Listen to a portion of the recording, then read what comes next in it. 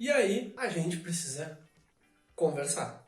E aí, pessoal, sejam todos bem-vindos aqui no meu canal. Meu nome é Matheus Castro, esse é o Café com Opinião. E aqui a gente vai debater alguns assuntos que estão aí em alta. E hoje a gente vai falar da Covid-19. 2020. Que ano é esse? Eu tenho certeza que você aí, que está em casa, me escutando agora, nunca imaginou, lá em janeiro deste ano, que a gente passaria por tudo o que estamos passando. Eu sinceramente não achava que esse é um ano tão difícil. Na realidade, baseado em 2019, eu tinha boas esperanças para esse ano, achava que ia ser um ano produtivo, tinha muitos planos, assim como você provavelmente também tinha, e fomos surpreendidos com essa pandemia, que é uma coisa nova, que a gente não sabe lidar bem. A última pandemia séria que tivemos foi quase, 100 anos atrás. Isso é um problema, porque o que deixa tudo muito mais complicado, porque a gente já nem lembra mais o que fazer, como agir, e deixa a gente meio perdido. O que eu queria falar com vocês hoje é sobre tudo que está envolvendo a Covid desde que ela começou. Bom, o que eu queria falar com vocês hoje é sobre a Covid no Brasil. Como o coronavírus chegou no Brasil, quais os impactos e os efeitos no dia a dia e na vida, e as coisas que o coronavírus jogou na nossa cara, como a desigualdade social, por exemplo. Assim como você, lá no começo de março, ali pelo dia 15, quando começou as recomendações de fechar comércio, fechar e restringir certas atividades, fechando parques, diminuindo o transporte público, dizendo que você tinha que usar máscara, higienizar a mão o tempo todo, ensinando você a lavar a mão como se você estivesse na escola de novo. Passamos por todos esses episódios, tudo isso, estamos recém em julho, e tudo isso parece muito recente, mas ao mesmo tempo é uma coisa que parece que já está durando mais de um ano. E é assim que o mundo identificou o coronavírus e a Covid-19 como uma pandemia mundial, recomeçaram as recomendações por parte da OMS, que é o esperado do órgão da saúde. Eis que vieram então as recomendações de ficar em casa, de distanciamento social, e isso aqui no Brasil, obviamente, teria uma repercussão diferente, teria aí uma causa e efeito inesperado, dado o contexto, obviamente, dado o contexto da nossa sociedade, cultura e hábitos de convivência. Quando a OMS ela faz a recomendação de ficar em casa, de praticar o distanciamento social, isolamento, lockdown, todas essas recomendações, evidentemente elas são vistas do ponto da perspectiva da doença, de como evitá-la, de como você adotar estratégias para evitar o contágio, tudo. Isso levando em consideração a doença em si. Por que eu estou dizendo isso? Porque é evidente que essas recomendações elas são aplicáveis em certos contextos, em certas sociedades. Não é no mundo inteiro que essas recomendações elas vão ser passíveis ou possíveis de adaptações ou de implementação. Aqui no Brasil a gente percebeu que isso é uma coisa bem mais difícil. Fique em casa e mantenha o distanciamento social. Essas certamente são duas recomendações que no Brasil são quase impraticáveis, ou pelo menos por boa parte da população. Quando a gente fala de fique em casa, de home office, a gente está falando isso exatamente para quem? Perceba, eu estou diante dessa câmera falando com você. Certamente eu sou um privilegiado por poder estar aqui hoje gravando esse vídeo falando sobre isso. Porque essas recomendações de fique em casa, mantenha distanciamento social, trabalhe em casa, tal do home office, não serve para uma boa parte, eu diria gigantesca parte da população brasileira. Na realidade, o que o coronavírus tem feito no Brasil é escancarado mais ainda a desigualdade que a gente tem ignorado há anos. Seja por parte da sociedade civil, por nós, eu e você, seja por parte das autoridades, do governo, estados e municípios. Há muitos anos, eu arrisco dizer, há quase 500 anos, desde que o Brasil foi colonizado, que as desigualdades são crescentes, latentes, elas são escancaradas na nossa cara. A Covid, o que ela fez foi jogar um holofote, obrigando a gente a enxergar essa desigualdade que é enorme no Brasil, e a gente tende a cada vez aumentar. Por quê? Porque é uma luta que já dura há muitos séculos. O Brasil é um país extremamente pobre, racista, preconceituoso e que investe muito pouco na área da educação, por exemplo, que seria uma das estratégias para que a gente pudesse mudar essa realidade no Brasil. Entendido isso, agora a gente pode pensar que o home office não serve para todo mundo. Provavelmente você que está me assistindo talvez nem consiga fazer home office. Eu mesmo não consigo fazer home office. O meu trabalho não permite que eu trabalhe à distância, porque eu trabalho com pessoas, é uma atividade que demanda a presença. Mas mesmo assim ainda há alternativas para que eu possa, de casa, tentar manter um tipo de trabalho, é uma variação do que eu fazia. Mas para a grande esmagadora população brasileira, isto é impossível. Não é uma coisa... O home office é uma coisa absolutamente distante, inexistente. É tão difícil explicar para eles o que é home office, porque é uma realidade que nunca existiu e nunca vai existir para esse pessoal, para essa população. Infelizmente. Seria ideal que todos pudessem ficar em casa, como recomenda a OMS e todas as orientações sanitárias nos dizem. Claro, seria o ideal. Mas no Brasil isso não é possível. Ou, aliás, deveria ser possível com planejamento e boa vontade do governo que tivesse planejado isso de forma que desse uma renda aos brasileiros que não podem ficar em casa, que precisam sair todo dia para trabalhar, porque ganham um pão no dia a dia, pessoas que dependem do seu trabalho, do dia a dia, que recebem no dia, recebem semanalmente, e ficar em casa não é uma opção para esse pessoal. E aí eles vão pesar na balança, você deve ter pesado na balança. Eu me arrisco a pegar o vírus, a ficar doente, ou fico sem dinheiro, sem comida para minha família, sem pagar minhas contas? É evidente que você não tem muitas aí opções, na realidade. São duas opções quase cruéis para você decidir. É a sobrevivência ou a sobrevivência. Então, como que a gente vai falar de ficar em casa em home office no Brasil? E veja, isso não é culpa da OMS. Não é porque a OMS mandou ficar em casa, distanciamento social, que eles são hipócritas, são loucos, ou enfim. Não. Do ponto de vista da doença, isso faz todo sentido. Faz todo sentido que você fique em casa, evite aglomerações, contato com outras pessoas. Claro, isso faz todo sentido. Higienize as mãos, use álcool gel, todas essas atividades e práticas que são recomendadas. Mas, dada a realidade do Brasil, a gente sabe que isso não é possível. Por exemplo, 50% da população, ou quase 50% da população, não tem encanamento, não tem esgoto, não tem água em casa. Como você vai lavar as mãos, higienizar as mãos, se você não tem água em casa? Quem dirá dinheiro ou acesso a álcool gel? Porque vejam só, a nossa população brasileira, a grande maioria são trabalhadores que nem carteira assinada têm, ou autônomos. Para a gente pegar aqui de exemplo, as empregadas domésticas. Esse é um assunto bem interessante para a gente pensar sobre.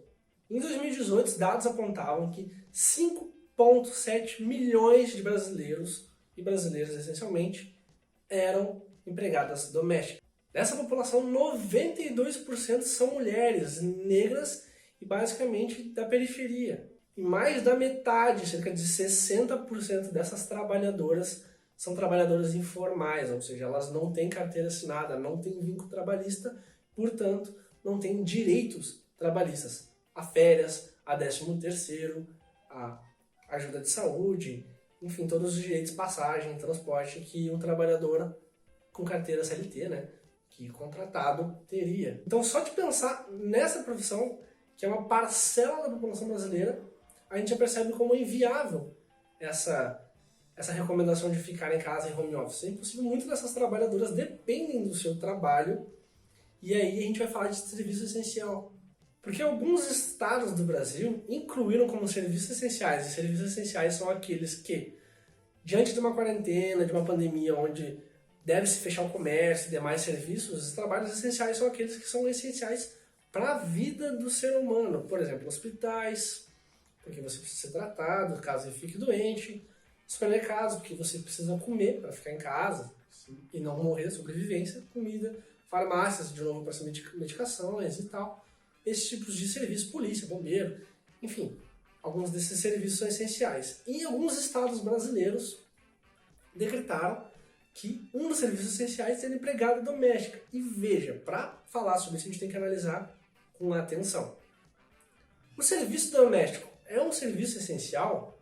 Para a doméstica, para a trabalhadora, eu tenho certeza que é essencial que ela trabalhe, ela precisa trabalhar para sustentar a sua família, seus filhos. Muitas são mães e esposas, donas de casa que têm filhos para criar a família, para sustentar. Muitas carregam heroicamente esse peso nas costas todos os dias. Então, para elas, o serviço é essencial.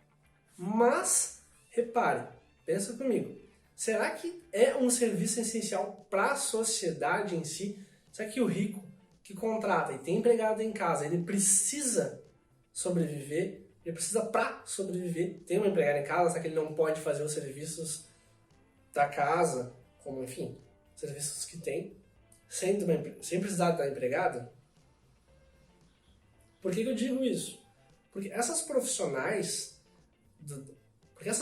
domésticas, elas se arriscam todos os dias, se expõem no transporte público, na própria casa do patrão, do chefe, a se contaminar com o coronavírus. O correto, e também foi uma das recomendações do Ministério Público do Trabalho, é que essas profissionais fossem afastadas, mas remuneradas enquanto estivessem em casa. É lógico, esse pessoal, essas mulheres, esses trabalhadores, eles precisam do dinheiro.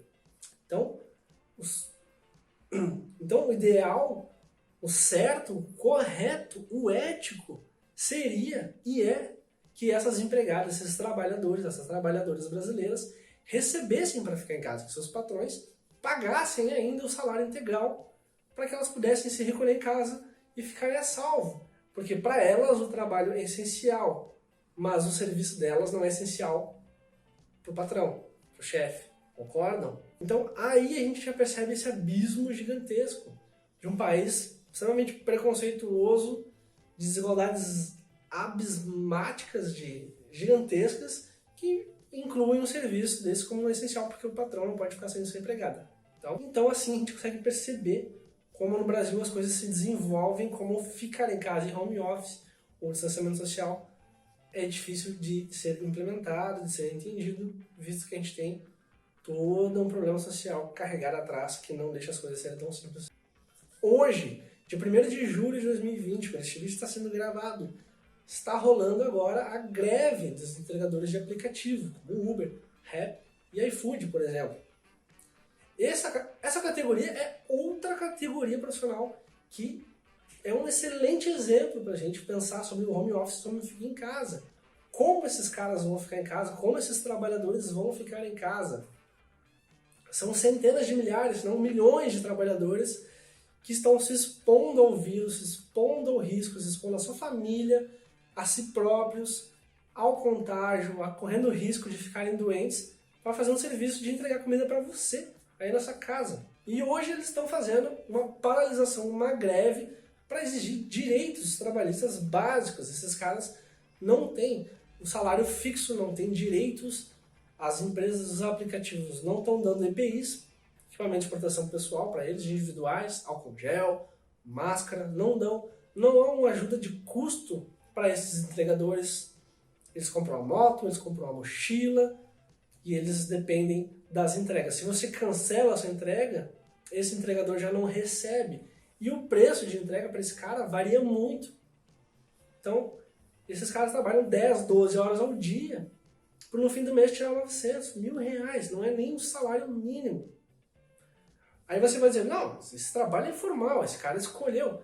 Bom, sim, mas por que ele não pode ter uma profissão digna? Essa profissão não pode ser digna, dando alguns direitos trabalhistas que ele tem. Porque diante da pandemia e da crise econômica, muitos dos brasileiros não estão trabalhando em aplicativos porque gostam ou porque estão fazendo dinheiro extra. Claro, há os que estão fazendo renda extra, provavelmente há, com certeza. Mas há aqueles que encontraram nos aplicativos, nas entregas, uma saída. Um jeito de ganhar dinheiro porque não tem emprego, as pessoas estão sendo demitidas em massa, pessoas qualificadas estão perdendo emprego, então você imagina para alguém que muitas vezes não tem uma qualificação acadêmica, muito menos às vezes escolaridade suficiente para conseguir um emprego, já é difícil para o pessoal. Então toda essa situação ela é extremamente complicada e delicada. Então para a gente pensar em tudo isso de home office ou fique em casa, é muito complicado falar isso no Brasil. O ideal seria que a gente pudesse ficar em casa. E o auxílio emergencial, por exemplo, que foi uma medida do governo atrasada, de R$600 para ajudar, nem todos os brasileiros receberam. Muitos brasileiros que nem precisavam, pessoas com muito dinheiro receberam. Então o critério de entrega, de chegada desse dinheiro aos pobres foi muito mal feita, muito mal distribuída, fora que R$600 é quase uma ofensa para quem tem que sustentar uma família. Se isso acontecesse de forma correta e a gente não tivesse com milhares de casos no Brasil, não fosse o segundo país no mundo em casos, encaminhando para o primeiro lugar, pegando essa posição dos Estados Unidos, a gente garantiu que o trabalhador pudesse ficar em casa seguro financeiramente, seguro psicologicamente, de que ele teria garantido uma estabilidade até que toda essa crise e a doença, a pandemia passasse. Orientação correta à população. O governo não teve nenhum plano efetivo de divulgação, de orientação. A gente teve 2 ministros da saúde que já saíram, agora estamos sem ministro da saúde, um ministro interino lá, que é absolutamente invisível, não existe, não faz uma declaração, não faz uma comitiva de imprensa, não há orientações por parte do governo, na real, há um negacionismo aí por parte do governo, não vou entrar muito nisso, mas é um papel estúpido, idiota, extrema crueldade com o povo brasileiro, que muito precisa do governo nessa hora, precisa de orientações, precisa saber o que fazer.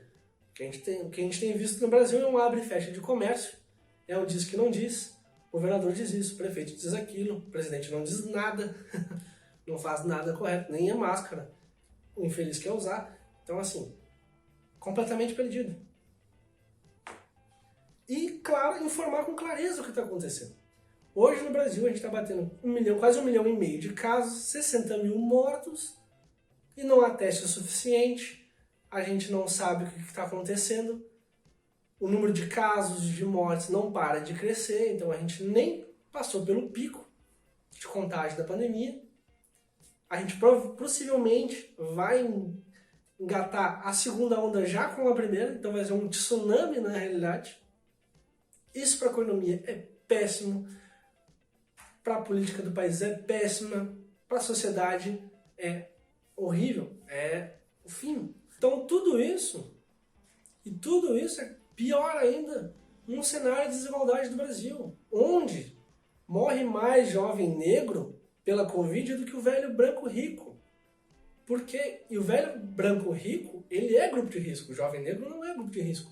Mas então por que está morrendo mais jovem negro do que um branco idoso lá no bairro chique de São Paulo ou qualquer bairro do Brasil? Por quê? Simples, acesso à saúde. Critica o SUS porque o SUS está salvando a saúde pública no Brasil, a saúde como um todo no Brasil. Se não fosse o SUS, o Brasil estaria vivendo a barbárie, o caos completo. Mas, ainda assim, quem tem dinheiro, assim como sempre foi, tem mais acesso mais rápido, acesso de mais qualidade à saúde. Se o branco idoso fica doente, ele consegue um hospital rapidamente, fazer um teste, já fazer todo o procedimento médico, ser internado se preciso, diferente do pobre negro da periferia, que só vai ser diagnosticado e vai ser medicado, vai ser feito alguma coisa quando os sintomas da doença, da Covid, já estão escancarados, assim, não há um teste, não há uma testagem, uma preocupação. Tanto é, ou se você acha que isso não é verdade, a pandemia tem sumido um pouco dos jornais. Porque, dependendo de onde a morte acontece, lá no alto da torre, na cobertura, ou na periferia, a notícia é diferente. A importância midiática é outra, o foco é outro. É claro que se fala da pandemia, tem se falado, mas muito menos quando ela chegou e estava matando um monte de gente rica, embargador, dono de banco e todo esse tipo de pessoa. E todo esse pessoal aí. O Nordeste está sofrendo muito, Manaus sofreu muito e as periferias vão sofrer muito com a Covid-19. Além do que eu falei no início do vídeo, fazer esse pessoal ter distanciamento social é impossível, é até utópico, como alguém conseguir fazer distanciamento social morando numa casa com 8 pessoas, 9 pessoas, diminuir um cômodo com 10 pessoas. Não tem como. Então faltou toda uma política pública brasileira. Então hoje eu digo, a pandemia veio jogando um holofote sobre todas as desigualdades sociais do Brasil. Quer ver só? Em São Paulo, nas periferias, até sexta-feira passada eram 447 mortes. Enquanto no extremo sul da capital paulista, a parte mais rica de São Paulo, apenas 3 mortes. Percebeu a diferença que a gente tem no Brasil e como a Covid, o coronavírus, ele não escolhe cor, ele não escolhe raça e nem conta bancária, mas ele mata, sim, mais pobres porque o país permite, não há uma política pública decente, e esse problema não é de agora, esse problema se arrasta há muitos anos, para não dizer desde sempre, e tudo isso só escancara as desigualdades que a gente tem vivido, e que a gente, cenário absurdo e terrível, triste, que a gente tem que assistir. A população morrendo, pessoas perdendo seus familiares por falta de atendimento, por falta de orientação, porque as pessoas estão perdidas. Você anda na sua cidade, provavelmente você vai ver muita gente sem máscara, o pessoal já está achando que a pandemia passou, tá, esse abre fecha de comércio, ninguém dá uma orientação séria, o Brasil não levou a sério, agora flexibiliza o isolamento que nunca fez, e assim a gente vai caminhando para um cenário apocalíptico. Não é querer fazer nenhum tipo de alarmismo ou drama, mas é uma realidade. A gente é o segundo país em casos e em mortes. Estamos caminhando para o primeiro, o que tudo indica. Porque diante, ou paralelo aos Estados Unidos, os Estados Unidos tem mais dinheiro, tem um sistema público de saúde que funciona. Em paralelo, o Brasil e os Estados Unidos têm mais dinheiro, tem mais recurso, tem mais informação, tem pessoas que, embora lá o sistema de saúde seja bem diferente, dificulte um pouco o acesso, ainda assim é um acesso maior. A orientação funciona melhor lá, tem funcionado pelo menos, e no Brasil aqui a gente não tem visto isso. E tudo isso então serve para a gente fazer uma certa reflexão. Eu estou trazendo aqui para vocês uma reflexão, vocês pensem comigo sobre como o Brasil tem encarado tudo isso. Você aí tem se posicionado dia a dia. Você tem usado a sua máscara? Tem lavado as mãos? Tem praticado isolamento social?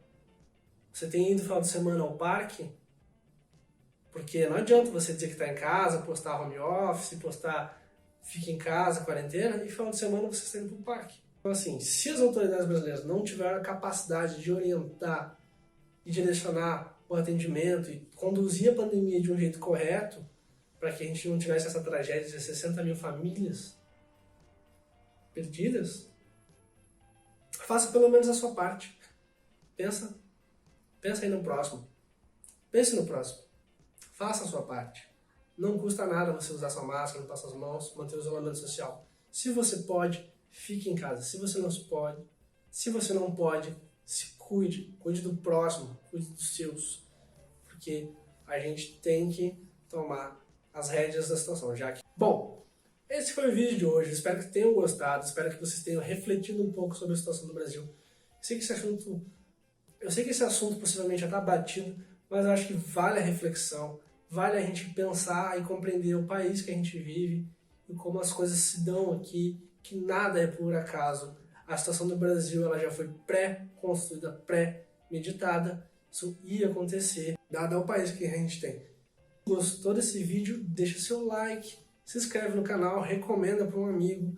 Comenta aí embaixo o que você pensa sobre isso, o que você tem feito, como você tem se sentido e tudo que uma pandemia pode fazer com você, com a nossa cabeça. Um forte abraço a todos, se cuidem e até a próxima.